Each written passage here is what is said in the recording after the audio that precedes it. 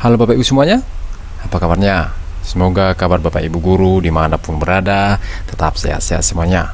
Terkhusus buat Bapak Ibu guru yang mau mengikuti P3K di tahun ini. Kali ini saya buatkan latihan soal P3K dan pembahasannya. Materinya tentang desain pembelajaran dan berpikir kritis.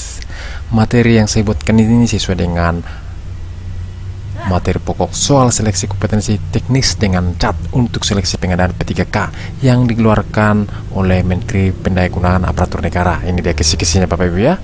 Kita langsung aja ke soal yang pertama. Analisis United Nations Development Program atau UNDP memperkirakan bahwa perubahan iklim akan membawa perubahan buruk pada petani dan pedesaan karena perubahan pada curah hujan, suhu udara, dan ketersediaan air bagi pertanian di kawasan-kawasan rentan. Akibat buruk yang bisa ditimbulkan adalah A. Dapat mengancam produksi pertanian dan membuat lonjakan kemiskinan di pedesaan. B. Produksi beras akan turun secara signifikan. C. Dapat menimbulkan gejolak harga beras karena ulah spekulan. D. Kelangkaan beras di pasar-pasar tradisional.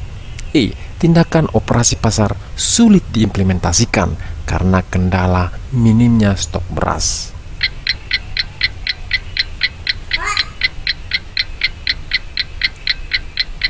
Jawabannya adalah A.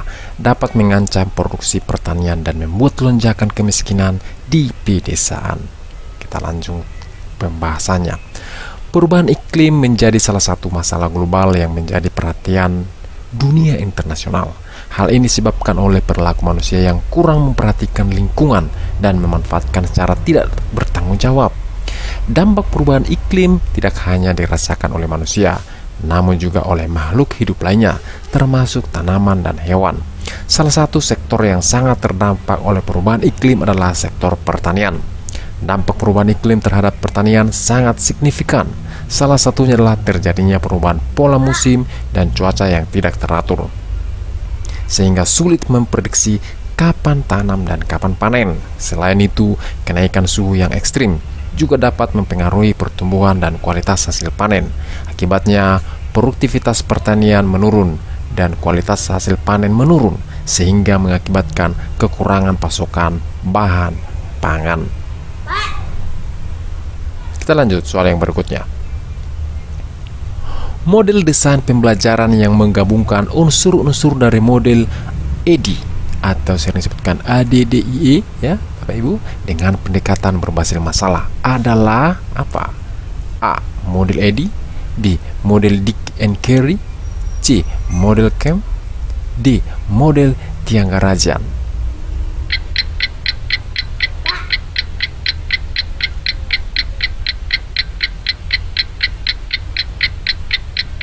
Jawabannya adalah C. Model Kemp. Kita lihat pembahasannya.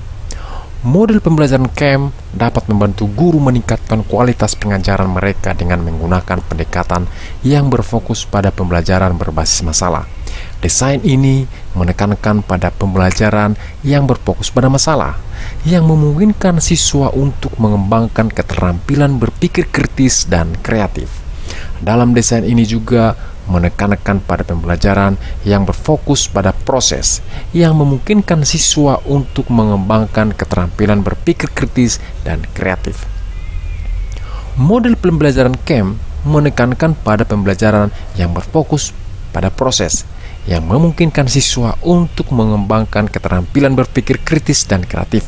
Guru dapat menggunakan model ini untuk membantu siswa memahami konsep yang lebih baik dengan menggunakan pendekatan yang berfokus pada masalah. Pada proses pelaksanaan model ini juga menekankan pada pembelajaran yang berfokus pada proses, yang memungkinkan siswa untuk mengembangkan keterampilan berpikir kritis dan kreatif. Model pembelajaran Kemp juga menekankan pada pembelajaran yang berfokus pada kolaborasi, yang memungkinkan siswa untuk bekerja sama dan berbagai ide. Model ini juga menekankan pada pembelajaran yang berfokus pada komunikasi, yang memungkinkan siswa untuk berbagi ide dan memecahkan masalah bersama. Dengan menggunakan model ini, guru dapat membantu siswa memahami konsep dengan baik dan mengembangkan keterampilan berpikir kritis dan kreatif. Kita lanjut soal yang berikutnya. Model desain pembelajaran yang menekankan pengalaman langsung sebagai cara utama untuk memahami dan menginternalisasi pembelajaran adalah A. Model EDI, B. Model Dick and Curry, C. Model Camp, D. Model Tyagarajan.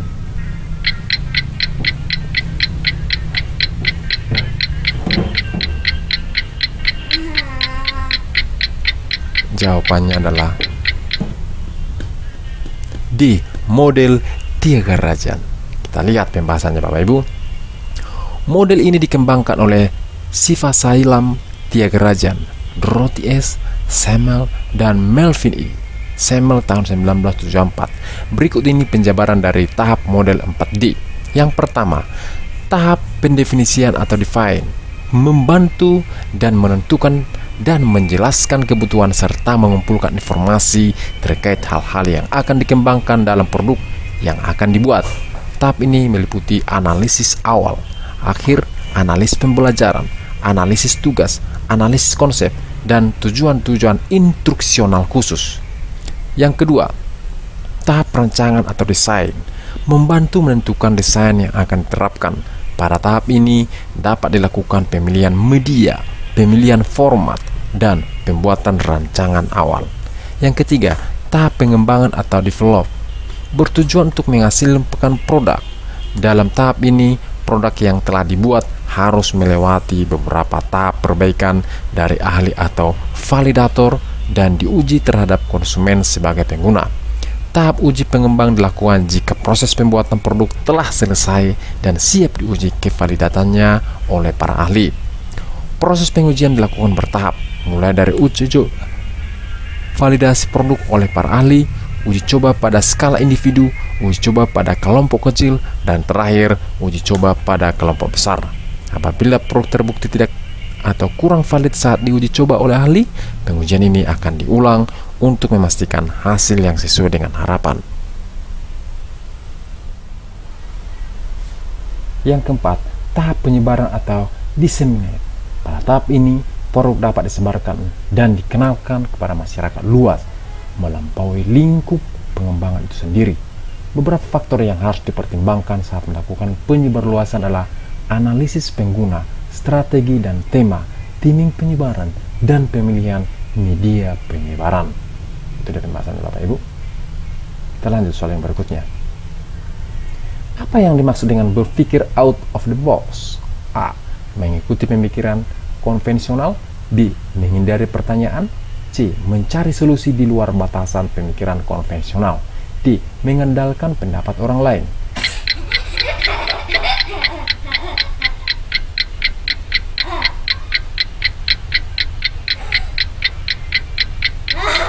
Jawabannya adalah C. Mencari solusi di luar batasan pemikiran konvensional. Kita lihat pembahasannya. Out of the box thinking adalah bentuk pemikiran di mana kamu menyelesaikan masalah dengan mencari metode problem solving baru ketimbang menggunakan solusi yang umum digunakan. Berikut adalah beberapa faktor dari berpikir out of the box. Yang pertama, mendorong diri untuk terus berpikir inovatif. Yang kedua, memberikan perspektif baru. Yang ketiga, meningkatkan kualitas pekerjaan. Yang keempat, membantumu mencari solusi kreatif terhadap suatu masalah. Yang kelima, membuatmu lebih unggul dibandingkan pekerjaan yang lain. Dan yang terakhir, menjadi lebih adaptif terhadap perubahan yang terjadi di industrimu. Kita lanjut soal yang berikutnya. Bagaimana berpikir kritis berhubungan dengan kreativitas? A. Tidak ada hubungan antar keduanya. B. Berpikir kritis menghambat kreativitas. C. Berpikir kritis membantu mengembangkan kreativitas karena memungkinkan pemikiran yang lebih mendalam dan analitis. D. Kreativitas hanya diperlukan dalam seni.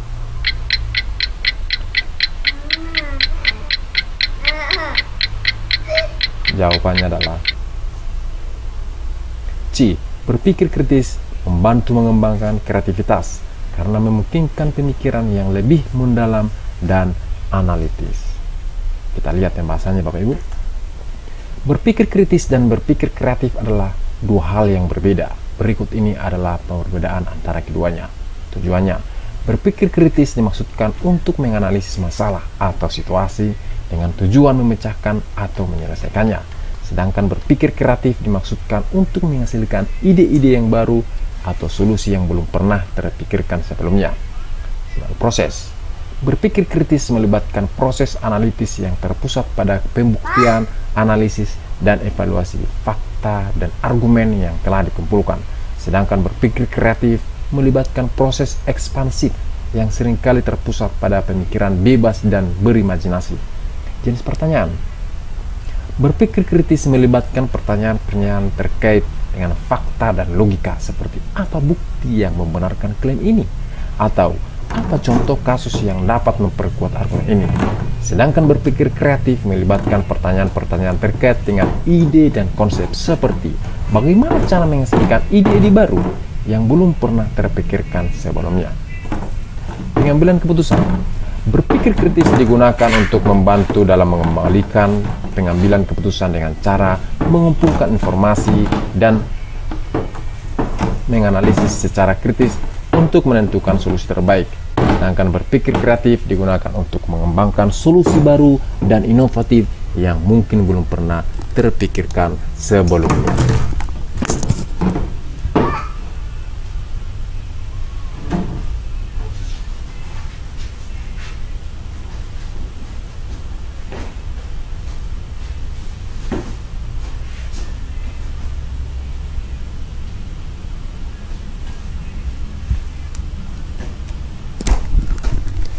Yang berikutnya mengenai tanggapan emosional. Berpikir kritis seringkali berfokus pada fakta dan bukti, sehingga tanggapan emosional tidak selalu diperhitungkan. Sedangkan berpikir kreatif seringkali melibatkan emosi dan imajinasi, sehingga tanggapan emosional dapat memainkan peran penting dalam pengembangan ide dan solusi. Kita lanjut soal yang berikutnya. Seorang guru prakarya dalam praktik pembelajaran melibatkan siswa dalam memilih dan menilai hasil karyanya yang akan dimasukkan ke dalam portofolio sendiri. Alasan guru prakarya melibatkan siswa dalam proses penilaian adalah A. Siswa dapat segera memperbaiki hasil karyanya sebelum dimasukkan ke dalam portofolio. B. Menumbuhkan rasa tanggung jawab siswa untuk bekerja sesuai dengan yang diharapkan. C. Memberi kesempatan kepada siswa untuk memperbaiki semua karya-karyanya yang kurang baik. D. Memupuk rasa percaya diri siswa sehingga kelak rasa tanggung jawabnya terbentuk. E.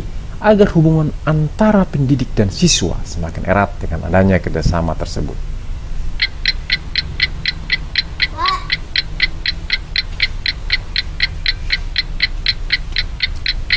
Jawabannya adalah C. Memberikan kepada siswa untuk memperbaiki semua karya-karyanya yang kurang baik. Pada akhir-akhir ini masyarakat Yogyakarta dirasakan oleh serangkaian ulah geng Kliti. Geng ini tidak segan melukai dan merampok sembarangan orang. Mereka sebagian besar para pelajar.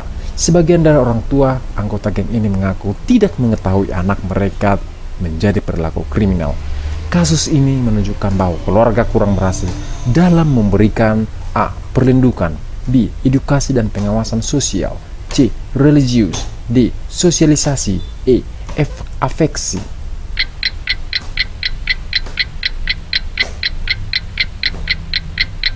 Jawabannya adalah B. Edukasi dan pengawasan sosial. Kita lihat pembahasannya. Fungsi edukatif dalam proses pendidikan yang terjadi di dalam keluarga, di mana anggota keluarga saling mengajarkan nilai, norma, dan peran sosial satu sama lain. Fungsi edukatif menjadi pondasi bagi perkembangan pribadi dan sosial seorang individu. Itulah mengapa keluarga mempunyai fungsi edukatif dan pengawasan sosial. Demikianlah soal-soal latihan P3K tahun 2023 khusus guru prakarya dengan materi tentang desain pembelajaran dan berpikir kritis. Bagian yang ke-6. Semoga bermanfaat buat Bapak Ibu guru semuanya. Sekian dan